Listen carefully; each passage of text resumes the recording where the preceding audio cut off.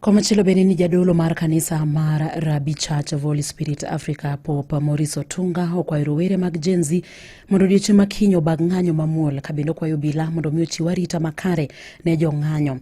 Otunga owacho ni rowere mag Gen Z ni kod ratiro mar bago ng'anyo to mana mamuol e pacho kae. Ng'anyo ni e katiba, okwayo sirikal mondo omi nyithindogo arita motegno. Sirikal marwa omigi arita, polisi omigi arita motegno. Gima onego ging'i mokwongo ni ka nitie jomoko manyalo chochie kwe, machalo kaka jokuoge manyalo donjo nyithindogi, to gikawnegi atua, gimakgi to gitergi e kot to yalgi ma ok tiyo gi lisasi. Nikech ni kwe obedie e piny mar Kenya ka koko ok wadwar.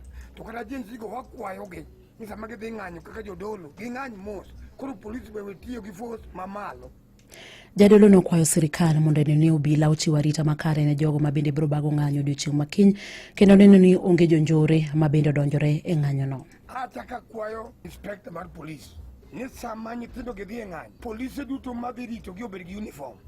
Nikech mobedo plain clothes go, gichalo kata ma jokuoge moko obedo hired. Omiyo mondo ong'e ni ka ng'ato timo makosa to ng'e ni en ng'a. Ja uniform ni ka japiny oneno to ng'e ni ma polis.